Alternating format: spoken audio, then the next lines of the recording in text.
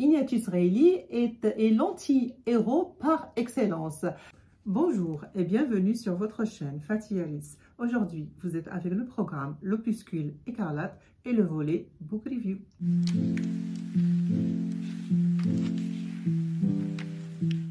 Décidé à ne fréquenter que mes égaux, je ne fréquente bien évidemment personne puisque je suis sans égal.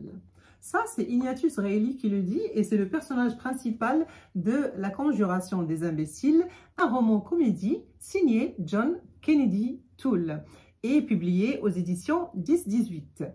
La Conjuration des imbéciles est un livre culte, un chef-d'œuvre de la littérature américaine. Ce roman se lit tellement facilement qu'on ne sent pas défiler ces 534 pages qui se tournent vite. En fait, le lecteur est happé, il est embarqué dès le premier chapitre. À 30 ans passés, Ignatius Reilly vit toujours chez sa maman et il n'est pas adapté au monde dans lequel il vit. Ce personnage, suffisant, buté, colérique, est convaincu par sa propre supériorité. Entier et vivant dans un monde qu'il est seul à percevoir de façon nullement terre à terre, Ignatius assume l'extravagance de ses convictions. Gros, gras, moustachu, Ignatius Reilly est l'anti-héros par excellence.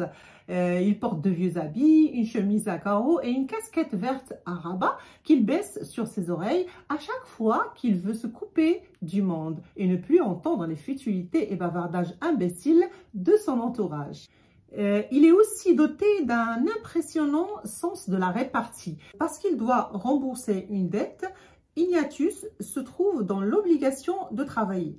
Il va alors se confronter à la société qui ne comprend pas son génie. S'ensuit alors une avalanche de mésaventures et de situations saugrenues qui réjouissent le lecteur. Il n'y a pas vraiment d'intrigue dans ce roman, il n'y a pas vraiment d'intrigue. Le fil conducteur, c'est l'absurde. Les autres personnages du roman sont atypiques mais attachants. À travers son personnage principal, John Kennedy Toole met en exergue la folie des comportements contemporains, pourtant validés par la société, et il nous fait comprendre qu'Ignatius n'est pas plus dérangé qu'un autre. Le livre est exaltant et plein d'humour et je vous recommande de le lire absolument, vraiment. La Conjuration des imbéciles a été publiée bien après le suicide de son auteur, John Kennedy Toole, en 1969, suite au rejet de son livre par plusieurs éditeurs américains. Après, c'est sa mère qui va réussir à le faire publier en 1980 et il sera couronné en 1981 par le prestigieux prix Pulitzer. Merci d'avoir suivi cette book review et à bientôt pour une nouvelle vidéo. Bonne soirée.